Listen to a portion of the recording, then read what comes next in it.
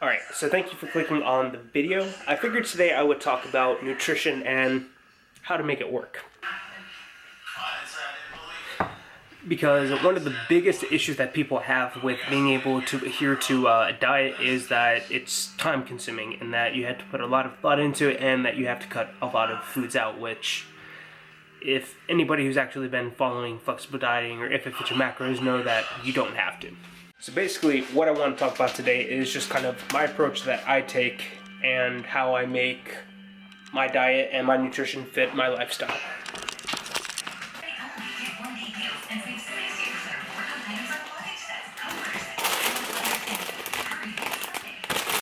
Alright, so apparently my camera didn't want to pick up me adding my toppings on, so all I did is I picked up some crispy onions, and just because I have a lot of macros left over, I'm going to be doing some of this feta cheese.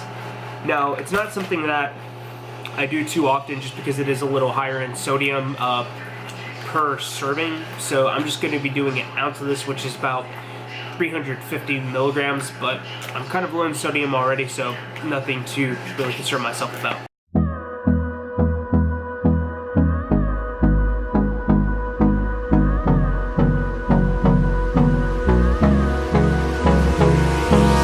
Hold me close till I get up. Time is barely on our side.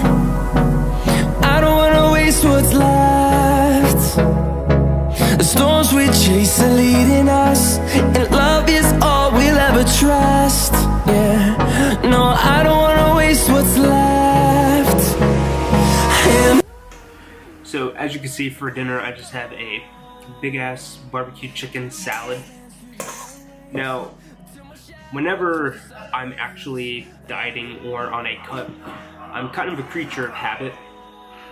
And that's one common misconception about flexible dieting is that you can just eat whatever you want and lose weight, which is true. However, in my own opinion, I believe that in order to have a successful diet or something to adhere to, you should have a balance of what you like to eat versus kind of what you need to eat. And that was something that I struggled with when I started flexible dieting, was I just wanted to eat all junk food. So I ignored my vegetables, my fruits, pretty much anything that was healthy because I wanted to go against the grain. But with flexible dieting, you still have certain guidelines. I'm not going to call them rules, but guidelines that you need to follow. Like your typical 2 to 3 servings of vegetables and fruits. I myself just don't really like fruits, so I just stick with 3 to 4 servings of vegetables, and I think it'll balance out in the end. But even though I do follow flexible dieting, I still like to have what I like to call anchor meals. And it's just 2 to 3 meals that I'll have every single day consistently throughout the week. So typically, these have just become staples for me. It is like a rice, chicken, black beans, and corn. So basically, it's a homemade Chipotle bowl.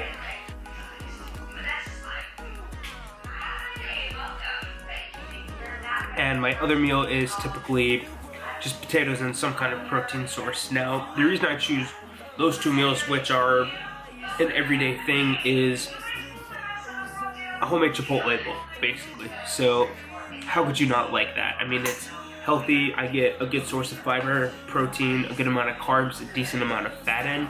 And then with the potatoes, I mainly do that as my potassium source, just to get a good chunk of my potassium for the day out of the way. And that takes up a decent amount of my caloric intake, so I'm getting a lot of my food from healthy foods, and then whatever I have left over, I just fit in with whatever I want. If I want a protein bar, if for dinners I'll usually do the carb balance mission wraps, high fiber tortilla shells, rice, like basically whatever I want is the rest of my daily intake. So as you can see, I typically don't do the 5 to 6 meals that a lot of like the myths will tell you that you have to eat in order to lose weight.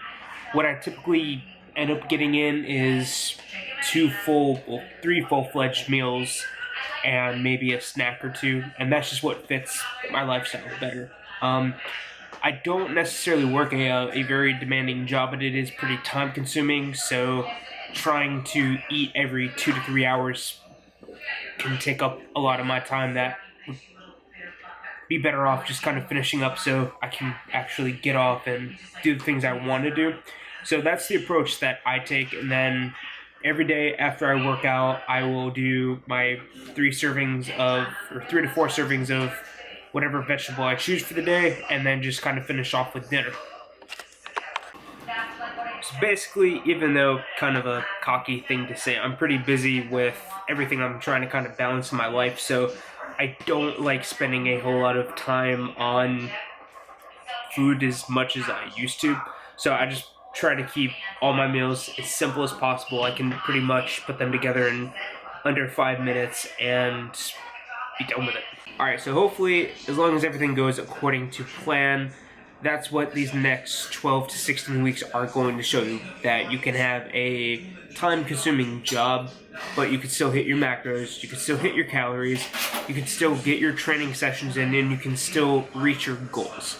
But the main thing that's going to determine that is if you have a diet or some kind of fitness regimen that you can adhere to that fits your lifestyle, because we don't all live in a perfect world where we can just work from home and do all that. Some of us have the corporate jobs, and at least for now, that's what I'm in, so that's what I want to be able to show you, that it's possible. So A couple of days a week.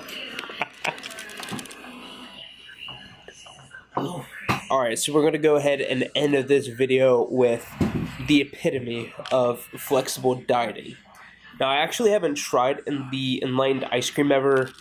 Now, I do absolutely love the Halo Top, but I'm willing to give this a try, so I'm going to kill this pint and then get set for bed, get set for work, and I will catch you guys on the next video.